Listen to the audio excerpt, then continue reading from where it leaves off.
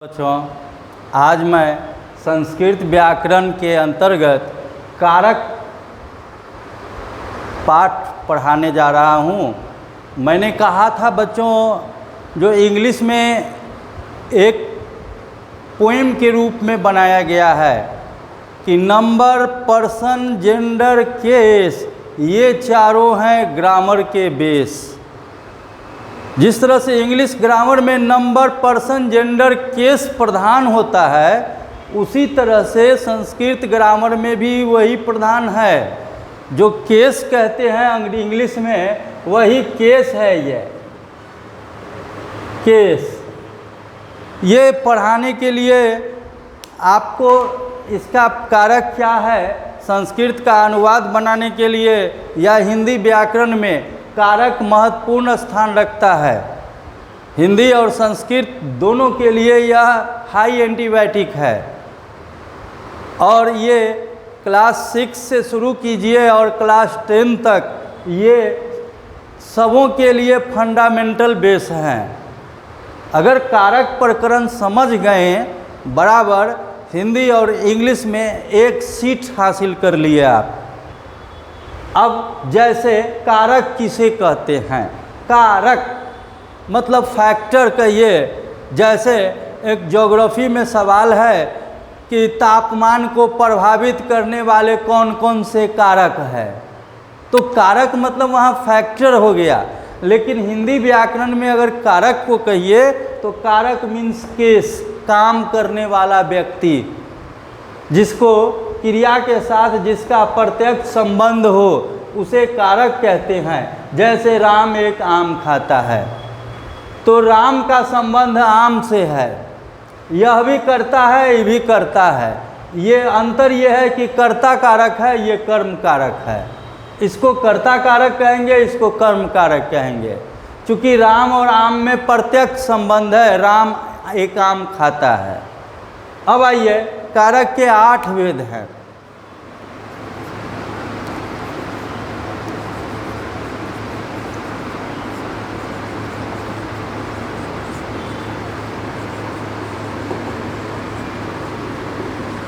आठ भेद हैं। पहला, कर्तरी प्रथमा। ये बच्चों ध्यान दीजिए, संस्कृत का जब अनुवाद बनाइएगा तो आपको ध्यान देना होगा, कारक पहचानना होगा कि कौन सा कारक का यह लाइन है, यह वाक्य है। तो इसमें आपको कारक का पकड़ना होगा। कारक के 8 भेद हैं। कर्तरी प्रथमा मतलब कर्ता कारक में प्रथमा विभक्ति लगता है, जो ये आपका फॉर्मूला है। जैसे राम एक आम खाता है, तो रामः, देखिए प्रथमा विभक्ति है राम शब्द का। एकः, एकम आम्रम खादति। देखिए बच्चों, रामः प्रथमा विभक्ति है। रामः रामौ रामा, देव देवौ देवा, बालकः बालकौ बालका, तो प्रथमा विभक्ति है का प्रयोग हो रहा है। अब इसको लिखेंगे कर्ता कारक के साथ प्रथमा विभक्ति का शब्द रूप लगता है। जैसे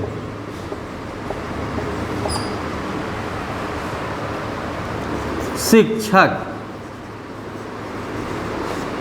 संस्कृत पढ़ाते हैं।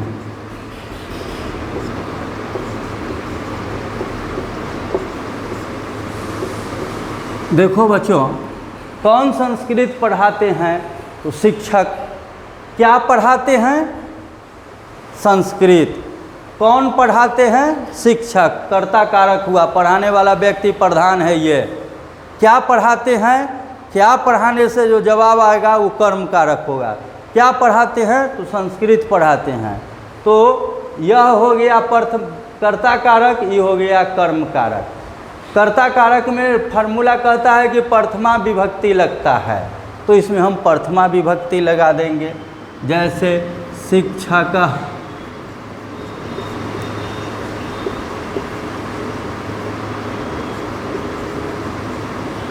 संस्कृतम पाठयति। देखिए, पढ़ाते हैं और पढ़ते हैं दोनों दो बात होती है। जैसे इंग्लिश में पढ़ते हैं का रीड और पढ़ाते हैं का उस होता है टीच। उसी तरह से संस्कृत में भी वही रूल है कि शिक्षक संस्कृतम पाठयति, मतलब पढ़ाते हैं। यह प्रथमा विभक्ति है, ये कर्म कारक है, द्वितीया विभक्ति है। यही तो है फार्मूला। दूसरा है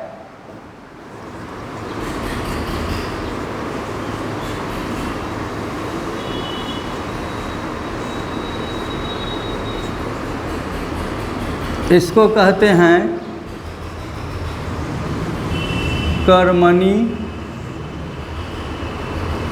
द्वितीया।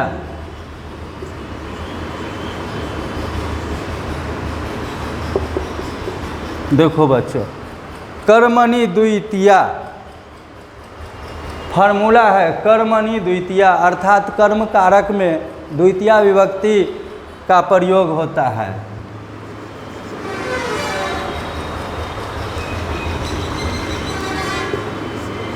कर्म कारक के साथ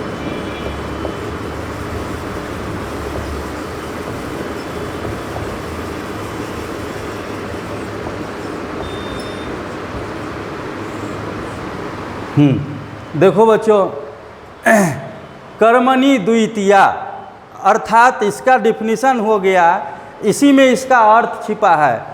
कर्म कारक के साथ द्वितीया विभक्ति का प्रयोग शब्द रूप के साथ होता है। अब जैसे लड़के अंग्रेजी पढ़ते हैं तो बालका, लड़के बहुवचन है तो बालकः बालकौ बालका हो गया। अंग्रेजी का होगा आंग्ल भाषा। आप पढ़ते हैं तो पठन्ति बहुवचन है। तीत अंति जो पठती पठता पठन्ति पढ़ाए हैं प्रथम पुरुष, ये हुआ। अगला है थर्ड नंबर, करने तृतीया अर्थात करण कारक के साथ तृतीया विभक्ति का प्रयोग होता है।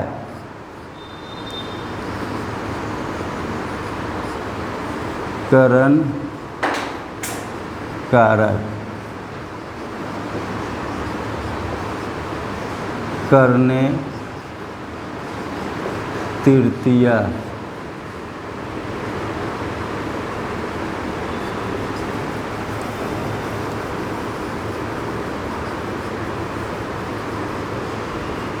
कारक,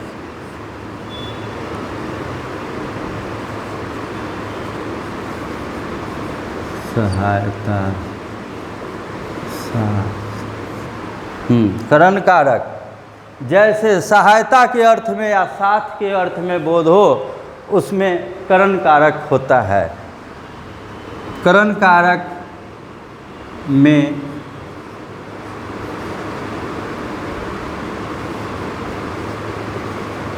शब्द रूप तृतीया विभक्ति का प्रयोग होता है। देखो बच्चों, करण कारक जिसमें से का प्रयोग होता है,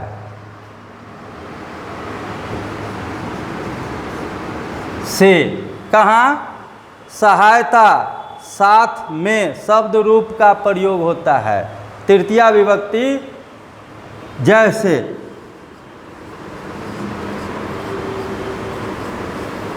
हम लोग कलम से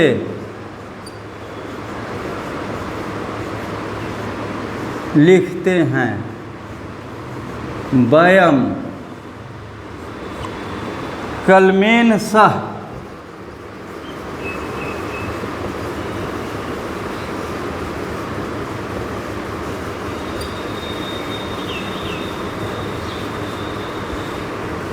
लिखामः, वयम कलमेन सह लिखामः, क्योंकि कलम से का मतलब हुआ कि लिखने में कलम सहायता करता है, इसीलिए कलम से हो गया तृतीया विभक्ति। और तृतीया विभक्ति कलम से तो कलमेन, जैसे रामेन, बालकेन, देवेन तृतीया विभक्ति में होता है, उसी तरह से कलमेन। और सह का प्रयोग होता है इसमें, सह माने साथ, द्वारा। जैसे इंग्लिश में प्रीपोजिशन विथ और बाय का प्रयोग होता है, वही संस्कृत का यह प्रीपोजिशन है। जैसे इंग्लिश में विथ और बाय होता है, उसी तरह संस्कृत में प्रीपोजिशन है यह सह। ठीक है। अब जो है, अब आगे आइए चौथा नंबर पर। चौथा नंबर जो है करण कारक के बाद है संप्रादान कारक।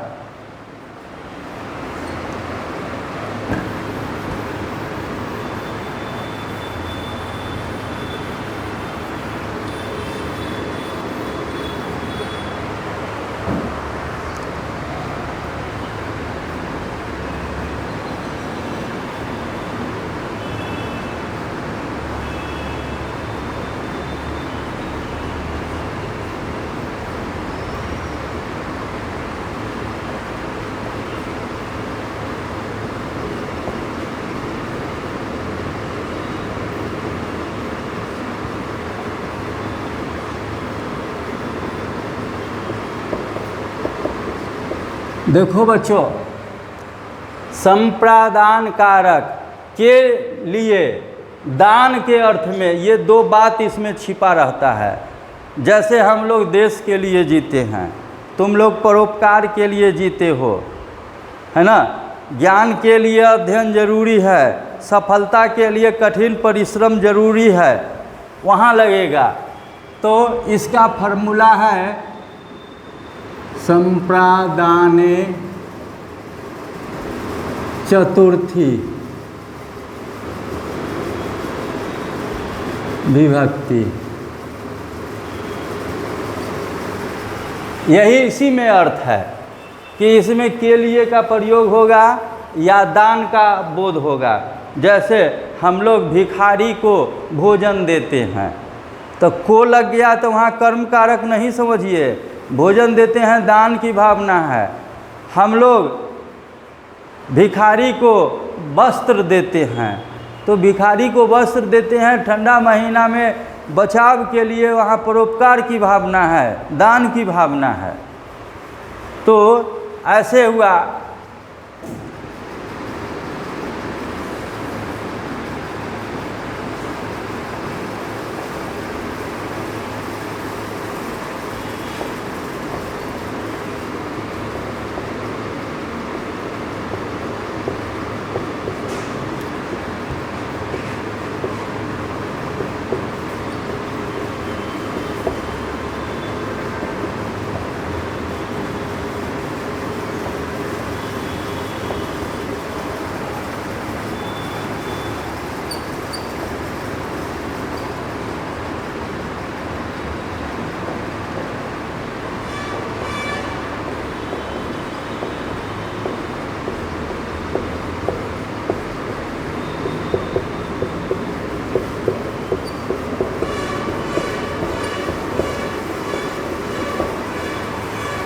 देखो बच्चों, जब संप्रादान कारक में के लिए अथवा दान शब्द का अर्थ स्पष्ट हो, तब चतुर्थी विभक्ति का वाले शब्द रूप का प्रयोग होता है।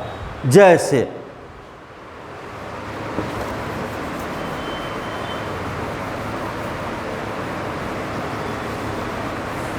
जैसे हम लोग सज्जन व्यक्ति परोपकार के लिए जीते हैं, है ना। जैसे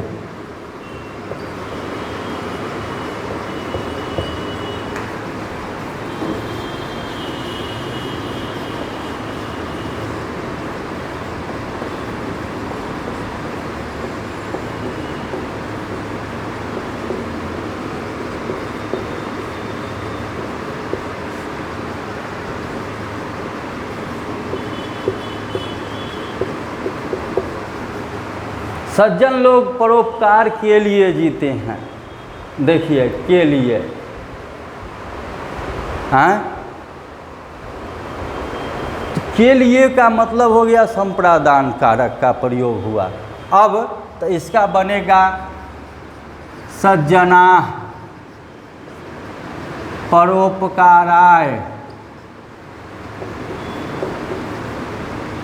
यही हुआ चतुर्थी विभक्ति एक वचन। आ जीते हैं तो जीवंती,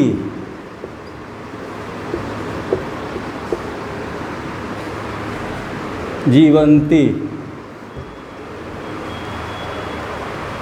हम लोग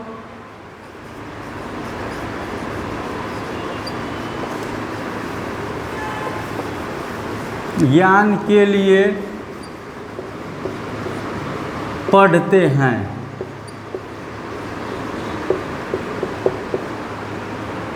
जैसे के लिए हम लोग वयम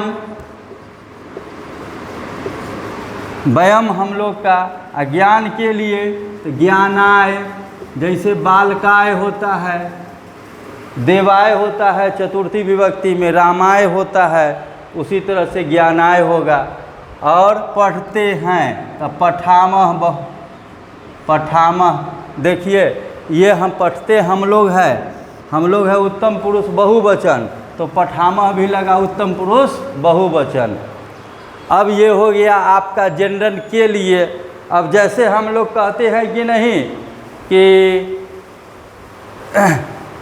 जैसे जीवन के लिए धन जरूरी है, जीवन के लिए धन जरूरी है, जीवन के लिए सांसों की ज़रूरत है ना, कहते भी है ना, सांसों की ज़रूरत है जैसे जिंदगी के लिए, उसी तरह से के लिए संप्रदान कारक का के लिए ज़रूरी है। तो के लिए यहाँ है कि वयम ज्ञानाय पठामः, हम लोग ज्ञान के लिए पढ़ते हैं। अब दान का अर्थ कैसे पता चलता है वो देख लीजिए। स्टूडेंट मैट्रिक के परीक्षा में पूछता है तो स्टूडेंट गड़बड़ा कैसे जाता है, मिस्टेक कैसे खा जाता है, सो देख लो। वो के लिए पर समझ जाते हैं, जो संप्रदान कारक में के लिए का प्रयोग होता है, परंतु दान का अर्थ जब पता चलता है तो वहाँ गड़बड़ाते हैं। जैसे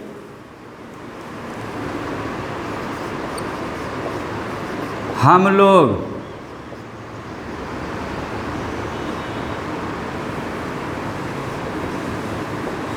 ब्राह्मण को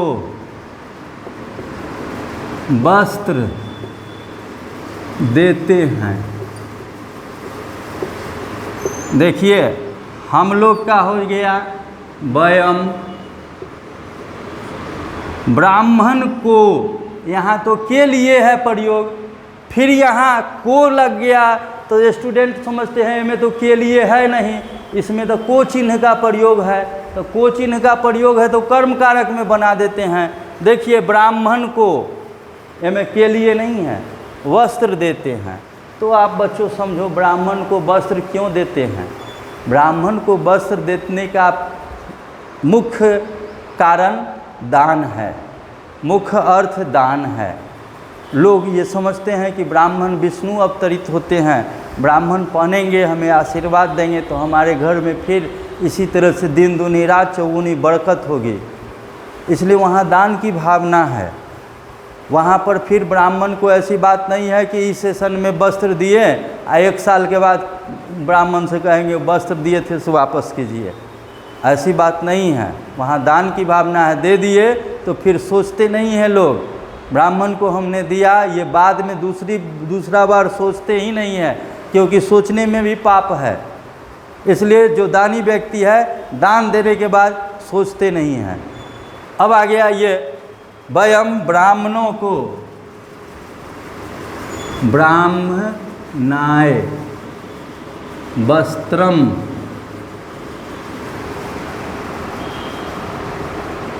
वस्त्रम ददाति, ददमी ददवह ददमह ददमह। क्यों? क्योंकि हम लोग का है, यहाँ हम लोग का पठामह है, ददामी ददह ददमह। अब है राम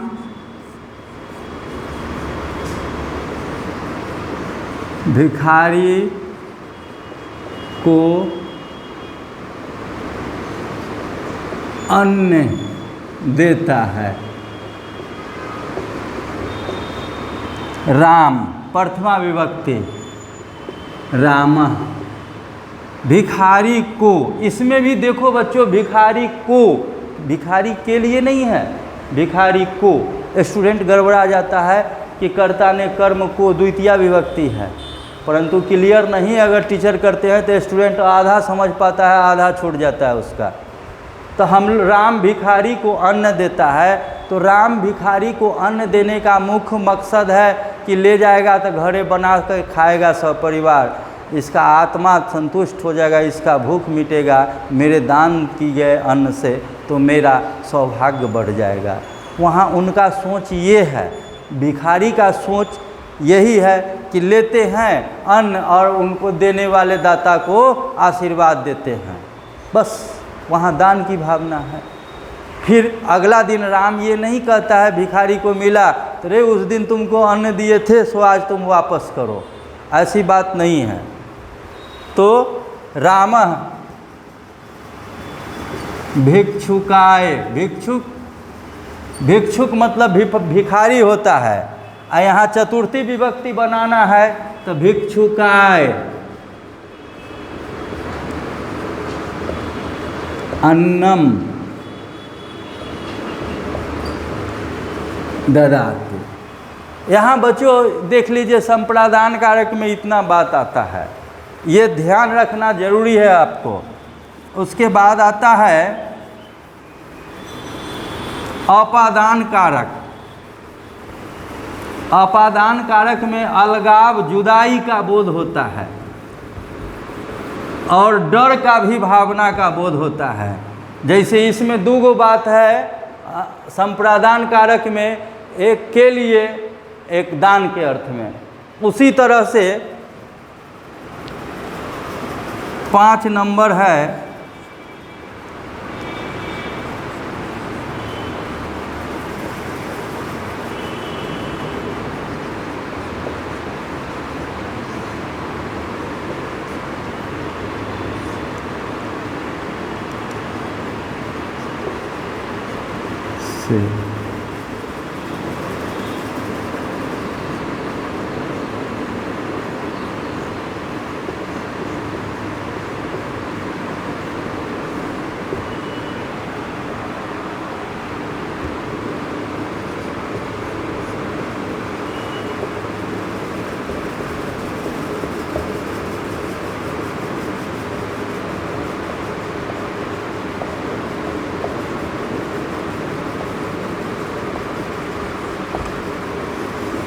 देखो बच्चों, अपादान कारक में हमने क्या लिखा, गौर से देखो। अपादान कारक से चिन्ह का प्रयोग होता है। जैसे करण में से चिन्ह का प्रयोग सहयोग के लिए होता है, सहायता के अर्थ में, लेकिन ये जुदाई के अर्थ में होता है, अलगाव के अर्थ में होता है, डर की भावना को बोध कराता है। इसमें भी दो बात है, इसमें पंचमी विभक्ति का प्रयोग होता है, यह लिख दिए हम।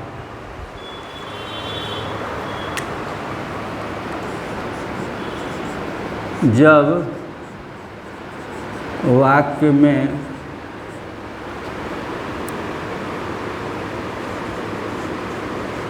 अलगाव जुदाई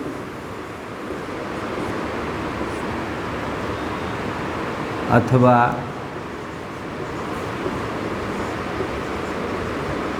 डर की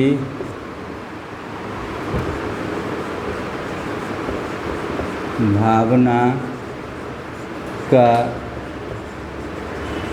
बोध हो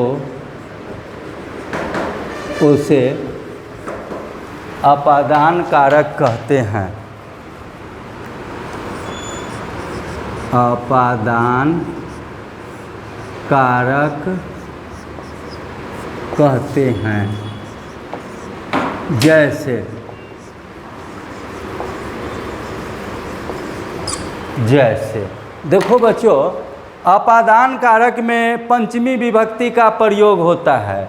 इसमें जुदाई अलगाव का डर और डर की भावना का बोध होता है। जैसे, अब क्या है जुदाई, अलगाव कैसे होता है? जैसे वृक्ष से पत्ते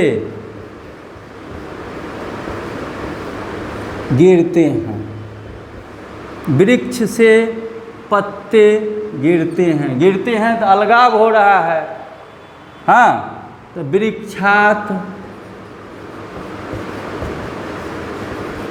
पत्राणि पतन्ति,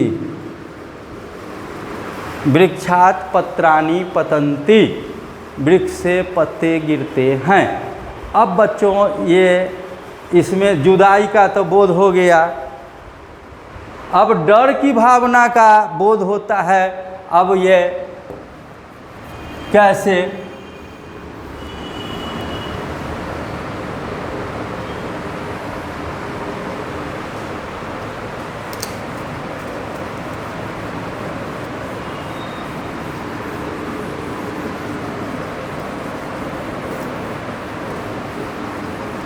जैसे गंगा हिमालय से निकलती है।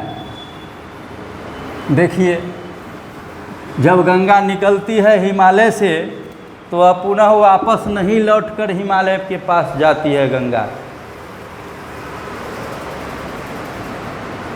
गंगा हिमालय से निकलती है। देखो बच्चों, गंगा का तो गंगा हिमालय से निकलती है। हिमालय गंगा का पिताजी हुए, वहाँ से निकलती है तो गंगा को प्रोडक्ट करती है हिमालय, इसलिए हिमालय पिता है गंगा जी का। और वो बहती हुई पूरे भारत को चक्कर मारती हुई, काटती हुई, वह एक के बेर अपने पति के घर सागर में चली जाती है, माने ससुराल चली जाती है। सोच लीजिए बच्चों, तो गंगा का गंगा हिमालय से, तो पंचमी विभक्ति हिमालयात, बालकात शब्द है हिमालयात, निःसरति हो गया। दूसरा,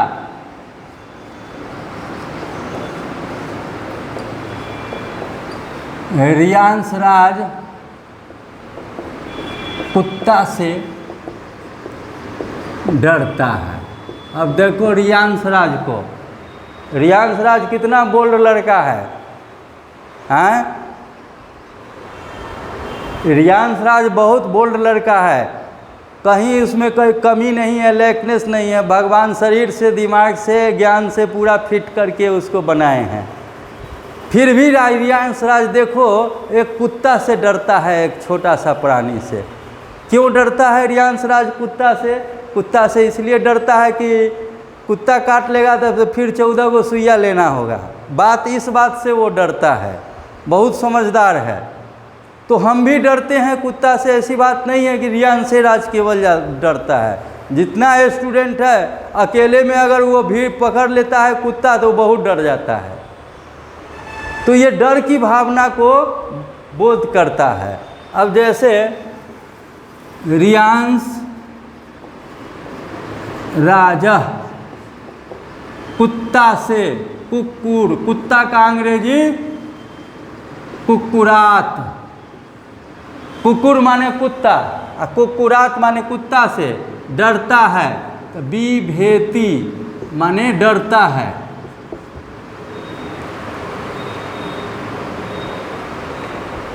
अब बताओ बच्चों कि रियांश राज कुत्ता से डरता है, डर की भावना है, हैं? अब जैसे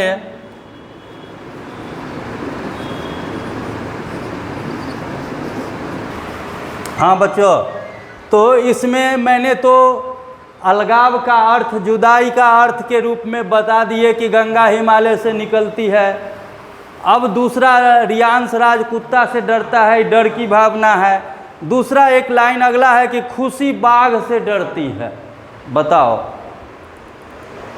खुशी बाघ से डरती है। अगर तुम लोगों के सामने, तुम लोग में से बहुत जैसे स्टूडेंट हो, सब अपने आप को कहते हो कि हमको डर नहीं लगता है, सबसे पूछते, क्लास में पूछेंगे तुमको डर लगता है, तो किसी ने कहा कि डर नहीं लगता है। किसी ने नहीं, ये नहीं कहा कि हमको, ये कोई नहीं बोल पाया कि हमको डर नहीं लगता है। तो ये लाइन है कि खुशी बाघ से डरती है। स्वाभाविक बात है कि बाघ एक हिंसक प्राणी है।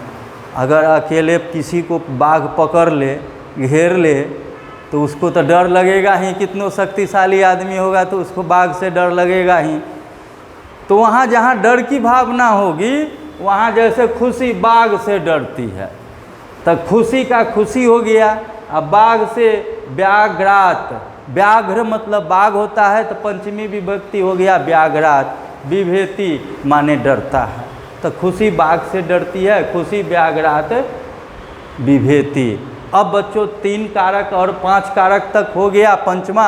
अब छठा, सतमा, आठवां हुआ 3 कारक, वो कल हम क्लियर कर देंगे इसको। धन्यवाद।